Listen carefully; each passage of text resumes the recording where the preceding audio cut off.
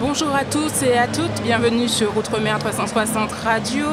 Outremer 360 qui est au cœur de cette 60e édition du Salon international de l'agriculture sur le stand de l'Odéadom. Alors tout au long de cette semaine, Outremer 360 va vous présenter les grands aspects, les grandes filières de l'agriculture ultramarine. Et aujourd'hui, nous recevons Monsieur Cédric Coutelier. Bonjour. Bonjour. Alors, vous êtes président de l'APAGOA et également président de la Fédération nationale des producteurs de vanille française. Alors c'est cette étiquette-là qu'on va découvrir avec vous aujourd'hui. Alors pouvez-vous nous présenter cette fédération ? Oui, donc du coup, depuis quelques années, on a l'habitude de se retrouver avec les autres producteurs avec l'ensemble des producteurs de vanille française, parce que on vient concourir au concours général agricole autour du salon de l'agriculture. Et il y a une vingtaine d'années, il a été créé. Ça a permis à chaque fois que les gens puissent se rencontrer et se voir. Et puis en 2020, il a été mis en place une conférence vanille française. Et là, finalement, on a discuté de nos différentes problématiques. Et on s'est aperçu qu'on avait des choses communes à défendre, notamment pour la plupart, hormis pour la Polynésie française, le fait que la plupart du temps, sur nos territoires, en Outre-mer, on reçoit énormément de vanilles d'importation qui nous viennent de Madagascar ou d'Indonésie.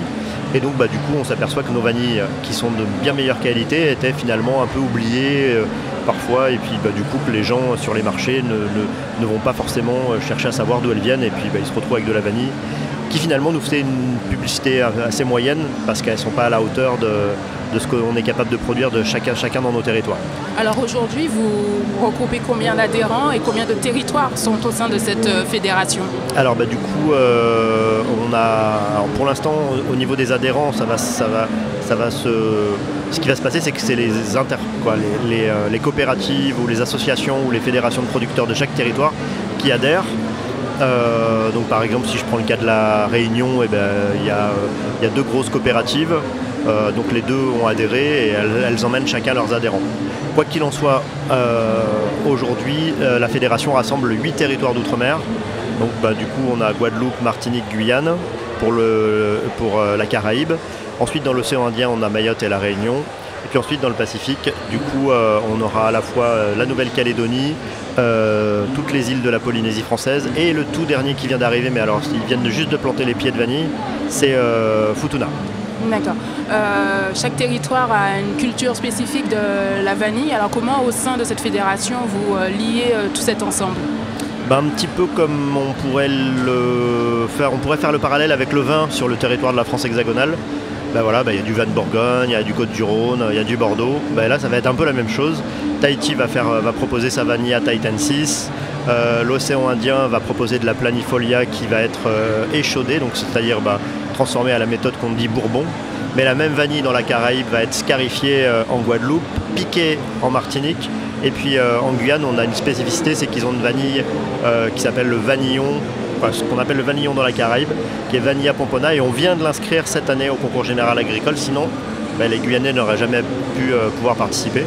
Donc là du coup on a joué un peu le fait que la Caraïbe va concourir avec une nouvelle variété de vanille. Et donc c'est des variétés différentes, et ça ouvre l'éventail et le champ de la diversité des Outre-mer, mais le point commun qu'on a tous, c'est que chacun va tout faire pour que la vanille elle soit hyper qualitative. En tous les cas, on produit peu en quantité, si ce n'est que Tahiti produit quand même pas mal, mais par contre de très très bonne qualité. Puis c'est ce qu'on va mettre en avant et ce qu'on va défendre. Et puis ce salon, cette 60e édition avec un petit peu l'actualité un peu brutale qui a démarré au salon, démontre qu'on a intérêt à défendre ce qu'on fait sur nos territoires plutôt que la masse qui arrive et qui envahit nos supermarchés. On ne sera pas dans les supermarchés, on ne peut pas contenter tout le monde, mais par contre ceux qui veulent vraiment de la vanille d'origine française, il y aura un éventail de telle diversité que logiquement ils devraient trouver la vanille qu'ils aimeront. Alors la fédération mène surtout un travail de promotion, de défense des intérêts des vanilles ultramarines, si on peut dire ça comme ça. Voilà, on n'est pas un syndicat, mais par contre on a vraiment ce rôle-là, c'est-à-dire de mettre, plutôt que de défendre uniquement un territoire avec une problématique, dès qu'on sait qu'elle est commune dans chaque territoire, on a tendance à la défendre. Alors un des combats, c'est vraiment de lutter contre l'importation, mais on a aussi des sujets communs comme les maladies qui finalement elles ne s'occupent pas des variétés. Alors, on a des variétés qui vont être plus résistantes, mais en tous les cas Voilà, on va pouvoir travailler là-dessus, on va pouvoir travailler sur le substrat qui nourrit le vanillé. Et puis on va partager aussi ce qui a fait avancer chacun des territoires pour éviter qu'on perde du temps alors qu'un territoire a très bien avancé. Par exemple, sur les vanilles sous ombrière, Tahiti est beaucoup plus en avance que d'autres territoires. Donc là, du coup, on va avoir tendance à se partager les données, puisqu'on sait que de toute façon, jamais un territoire sera le concurrent d'un autre au vu de l'absorption. C'est-à-dire que là, en France, on va consommer bien plus de vanille étrangère que celle des Outre-mer français. Et donc c'est ça qu'on va défendre. Alors hormis votre présence au Salon de l'Agriculture, quels sont les autres salons ou actions que vous menez justement pour présenter cette vanille des Outre-mer, des territoires d'Outre-mer? Alors on profite toujours, avant le Salon de l'Agriculture, de se retrouver au ministère des Outre-mer. On a pris l'habitude maintenant de faire une réunion là-bas, ils nous accueillent. Là on va parler de chaque avancée dans chaque territoire. On va présenter aussi le cours du marché mondial, comment ça se passe quand même à l'extérieur. En général, le lendemain, à notre siège social qui est Chambre d'agriculture de France, on va faire notre assemblée générale. Et puis cette année, on a une année assez riche. On a démarré en janvier 2024 avec un séminaire en Guadeloupe qui s'appelle Vanille en nous, où on a invité tout le monde et on a fait la promotion de la vanille de la Guadeloupe et de la Caraïbe. Ensuite, il y a le salon là maintenant. Au mois de juin, il y a le congrès international de la vanille à La Réunion. Et puis au mois d'octobre, on aura le symposium de la fédération qui aura lieu pour la première fois à Tahiti. Alors ça, ce sont les grands événements que vous allez porter au cours de cette année. Quels sont les grands chantiers que vous allez poursuivre, vos perspectives pour les années suivantes au sein de cette fédération? Donc, le premier qu'on a fait en 2023, c'est le fait d'inscrire le Vanilla Pompona au concours général agricole, puisqu'elle n'y était pas. Donc là, du coup, on est en année test, c'est-à-dire que le concours se met en place, mais il n'y aura pas de médaille, ça va être un diplôme. Puis on va regarder l'ensemble des critères qui ont posé problème. C'est une nouvelle. Dès qu'il y a une entrée au concours général, c'est toujours une année test. Donc ça, c'est le premier vrai chantier. Et puis le second, ça va être. C'est plus administratif, mais comme la fédération elle a seulement un an, ça va être de poser le lieu, le statut, ouvrir un compte bancaire, des choses très, très, très administratives. Donc du coup, avec des étudiants, on va travailler sur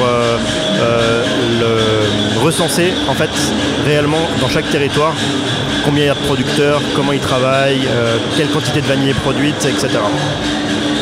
Alors pour les consommateurs, est-ce que vous donnez un petit tips pour qu'ils arrivent à distinguer la vanille des Outre-mer et la vanille importée, si on peut dire ça comme ça? Du coup, à chaque fois, sur les étiquettes, de toute façon, il sera forcément porté le fait qu'elle soit produite en Outre-mer. Alors on va travailler sur un logo qui pourrait, au travers de quelque chose qui serait bleu, blanc, rouge, Made in France, fabriqué en France, mettre en avant le fait que, parce que c'est français, c'est censé être plutôt de bonne qualité. En tous les cas, c'est ce qu'on fait en France en général. La qualité des produits, elle est toujours bien supérieure à celle qu'on va trouver sur les productions de masse. En tous les cas, les productions de masse en vanille, c'est Madagascar et l'Indonésie. Alors la très bonne vanille de Madagascar ou de l'Indonésie, elle est vendue très très vite, Et là, qu'est-ce qui reste à la vente sur le marché dans le cours du temps? C'est des vanilles de moyenne gamme. Donc le fait de bien regarder si la vanille elle vient bien d'un territoire d'outre-mer, c'est généralement un gage de qualité assez vite. On va travailler sur quelque chose de visuel qui pourrait rassembler l'ensemble des territoires, des 8 territoires dont j'ai parlé tout à l'heure. Merci beaucoup d'avoir répondu à nos questions, c'est d'écouter. Merci, bonne journée.